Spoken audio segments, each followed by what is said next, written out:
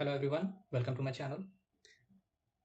Screen पे आप मेरी पोजीशन देख रहे होंगे। आज हमने निफ्टी में एक 400 के आसपास लॉस बुक किया है और बैंक निफ्टी में हमने प्रॉफिट किया है 1600 के आसपास का। तो चलिए ऑर्डर बुक में चलते हैं और समझते हैं लॉजिक को कि किस लॉजिक पे आज ट्रेड किया गया था।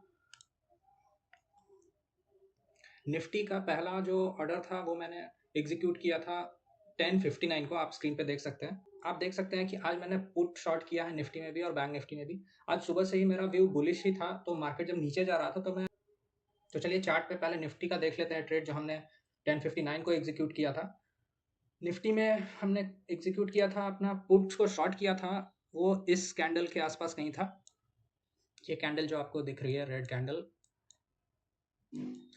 मेरा सिंपल सा लॉजिक था कि यहाँ पे एक रिवर्सल जैसा साइन दिखा रहा था। ग्रीन कैंडल बनी थी 10 मिनट में निफ्टी में, और इसने पिछले कैंडल के हाई के ऊपर क्लोज भी दे दिया था, प्लस एक इनसाइड कैंडल बनी। तो 10:59 को जैसे ही पिछली कैंडल का हाई इसने ब्रेक किया एक इनसाइड कैंडल के साथ, मैंने यहाँ पे ट्रेड ले लिया था। और ट्रेड लेने के बाद फिर जब मेरा वैसे 20 पॉइंट्स का स्टॉप लॉस था, लेकिन नेक्स्ट कैंडल से ही मार्केट वापस से नीचे जब आने लगा तो मैंने इस ट्रेड को स्क्वायर ऑफ कर दिया 118.85 के आसपास। 8 रुपीज़ का लॉस मैंने इसमें लिया, और ये पोजीशन में आप देख सकते हैं 392.5 का यहाँ पे मैंने लॉस लिया है। इन्हें वापस से नीचे जाके एक अच्छा अप मूव दिखाया है, बट स्टॉप लॉस हिट होने के पहले मैंने बैंक निफ्टी में भी आज ट्रेड किया था। मैं काफ़ी बुलिश था दोनों सेक्टर्स में। आज ऑर्डर्स में आप देख सकते हैं निफ्टी को स्क्वायर ऑफ करने के पहले ही मैंने बैंक निफ्टी में भी ट्रेड ले लिया था। मैं आज सोच के चल रहा था कि अगर एक स्टॉप लॉस हिट भी होता है तो कोई बात नहीं, 2 बार एंट्री कर सकते हैं। तो निफ्टी में जब तुरंत ही रिवर्सल आ गया तो मैंने उसको स्क्वायर ऑफ करके फिर बैंक निफ्टी में देखा। बैंक निफ्टी के चार्ट में चलते हैं और समझते हैं कि वहाँ मैंने किस प्राइस पे ये ऑर्डर एग्जीक्यूट किया था। 11:03 में आप देख रहे हैं मैंने एग्जीक्यूट किया 47,300 का पुट। ये रहा बैंक निफ्टी का 15 मिनट्स का chart. Bank Nifty gap down open हुआ तो बैंक निफ्टी, आप देखिए ये जो पैटर्न मैं अपने स्क्रीन पे बना रहा हूँ, आप इसको ऑब्जर्व करिए। यहाँ पे बैंक निफ्टी एक हायर लो बना रहा है, यहाँ भी हायर लो, यहाँ भी हायर लो। इसका मतलब मेरा जो व्यू था कि आज मार्केट अपसाइड में जा सकता है, वो इस चीज़ को कंफर्म कर रहा है।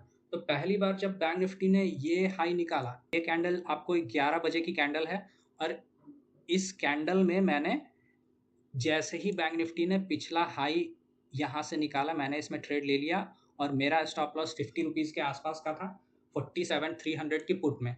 ये नीचे भी आया है, लेकिन इसने मेरा 50 रुपीज़ का स्टॉप लॉस हिट नहीं किया था। मैंने 200 के आसपास 47,300 की पुट को शॉर्ट किया था और बुक किया है मैंने इसे 93 रुपीज़ के आसपास। तो 1:2 का टारगेट मैंने इसमें अचीव किया है।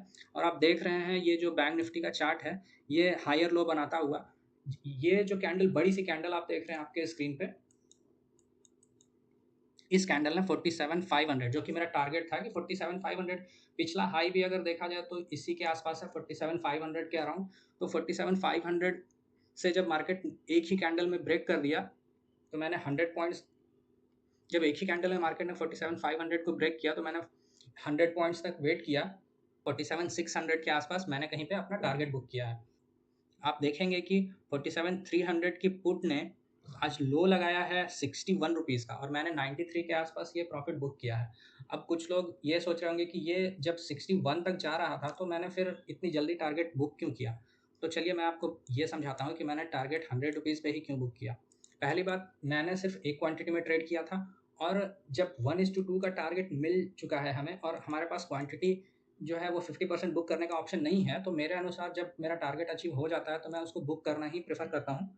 अगर मेरे पास एक से ज़्यादा क्वांटिटी होती तो मैं हाफ क्वांटिटी बुक करके और फिर उसको ट्रेल कर सकता था। ये मैं अक्सर आपको मेरी वीडियो में ये सुनने को, मेरी हर वीडियो में आप ये बात ऑलमोस्ट सुनते होंगे कि अगर एक क्वांटिटी है तो उसमें प्रॉफिट बुक करना ज़्यादा अच्छा रहता है, क्योंकि कभी-कभी, क्योंकि मार्केट आजकल इतनी फास्ट रिवर्सल दिखाता है कि आपको फिर मौका नहीं मिलता वो प्रॉफिट बुक करने का। तो इससे अच्छा कि आप, अगर जो प्रॉफिट मिल रहा है पहले, अगर जो प्रॉफिट मिल रहा है पहले उसे बुक कर लें, उसके बाद फिर मार्केट के मूव्स को ऑब्जर्व करें। अगर आप छोटे ट्रेडर हैं और कम लॉट में ट्रेड करते हैं तो मेरा तो एडवाइस यही है कि आप 1:2 या फिर 1:3 जो भी आपका टारगेट होता है, अगर वो अचीव हो जाता है तो उसको बुक कर लें। अगर आप बड़े लॉट में ट्रेड कर रहे हैं या आपके पास ऑप्शन है कि आप 50% या 70% टारगेट बुक करके उसके बाद ट्रेल करें, तो ऑप्शन सेलिंग में वो हो सकता है। ऑप्शन बाइंग में अगर देखा जाए तो आज एक ही कैंडल में बायर्स को मौका मिला होगा प्रॉफिट लेने का, वो मुझे लगता है कि ये कैंडल है। इसके अलावा ऐसा कोई मूव आज मार्केट ने दिखाया ही नहीं जिसमें बायर्स को प्रॉफिट होता।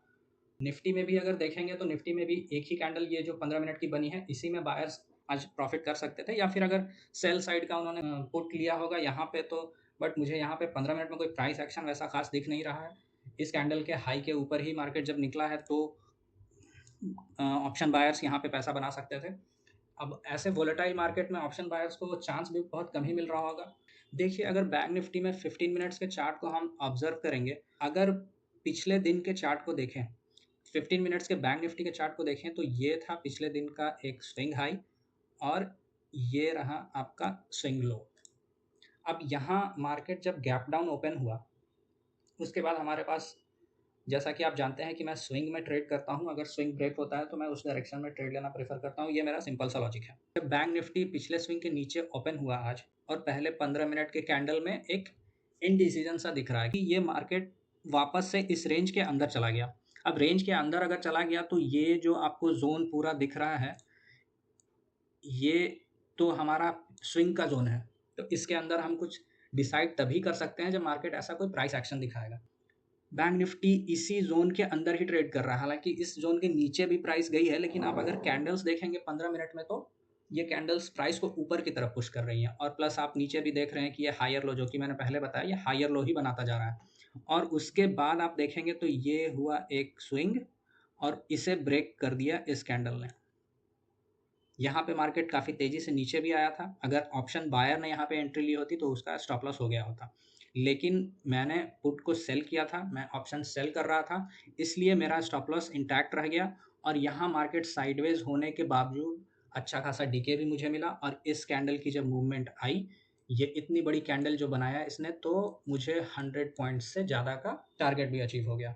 तो ऑप्शन सेलिंग और बाइंग में यही फ़र्क है कि साइडवेज मार्केट में ऑप्शन सेलिंग में आप पैसा बना सकते हैं, लेकिन ऑप्शन बाइंग में आप पैसा नहीं बना सकते हैं। और आजकल जिस तरह से मार्केट मूव कर रहा है, बार बार डायरेक्शन भी बदल देता है।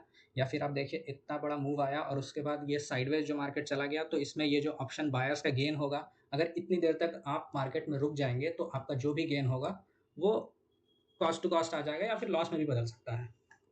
तो अब एक बार थोड़ा देख लेते हैं कि कल अगर मार्केट ओपन होता है तो हम किस तरह से मार्केट को ट्रेड कर सकते हैं। देखिए, बैंक निफ्टी में फिर से आप अगर मेरे सिंपल से लॉजिक को रिलेट कर पाते हैं तो मेरा यही लॉजिक रहेगा कि अभी मार्केट जो है ये स्विंग बना चुका है, और इस स्विंग के जिस तरफ भी बैंक निफ्टी निकलता है उधर हम प्राइस एक्शन देखेंगे और ट्रेड कर लेंगे। ऐसा लॉजिक है। और नीचे की साइड में अगर आप देखेंगे तो यहाँ पे मार्केट ने एक बेस बना दिया है, जिसको कंसोलिडेट करने के बाद मार्केट ऊपर की साइड निकला था आज। तो अगर मार्केट नीचे आता है यहाँ से, तो आप इस जोन में सेलिंग मत करिएगा, आप वेट कर लीजिएगा। अगर यहाँ आने के बाद वापस से मार्केट नीचे जाता है तब आप सेल कर सकते हैं, बट उसके चांसेस मुझे काफ़ी कम लग रहे हैं। मुझे लग रहा है कि मार्केट कल गैप अप हो सकता है, या फिर इस जोन में कहीं पे खुल के अपसाइड ब्रेक देगा तो हमारे लिए एक अच्छा मोमेंटम मिल सकता है मार्केट में। नेक्स्ट लेवल 48,000 के आसपास का अचीव कर सकता है बैंक निफ्टी, क्योंकि अभी बैंक निफ्टी काफ़ी बुलिश है। डेली टाइम फ्रेम में एक बार देख लेंगे इसको, पिछले कैंडल के ऊपर क्लोज देता जा रहा है मार्केट, और ऑल टाइम हाई तो अभी इसका काफ़ी दूर है। यहाँ पे कोई 48,000 के पहले कोई रेजिस्टेंस भी मुझे नहीं दिख रहा। बहुत लोग आज भी जो पोजीशन बनाए होंगे वो कैरी करके ले गए होंगे, तो कल गैप अप होने पे या फ्लैट होने पे उनको अगर पुट सेल करके गए हैं तो गेन मिल सकता है। बट मैं अपनी पोजीशंस कैरी नहीं करता हूँ, तो मैंने आज ही स्क्वायर ऑफ कर दिया। और वैसे ही निफ्टी में भी अगर देखेंगे हम, तो 15 मिनट्स के चार्ट में एक बार देख लेते हैं निफ्टी को। ये देखिए, सिंपल सा लॉजिक, ये जो मार्केट अभी स्विंग बनाया है, ये जो मार्केट अभी स्विंग बनाया है, आप इस स्विंग को मार्क कर लीजिए। और इसके बाद अगला आपका स्विंग ये रहा, ये रेजिस्टेंस हो जाएगा, और नीचे इस स्विंग को हम मार्क कर लेंगे। ये पहला और ये दूसरा।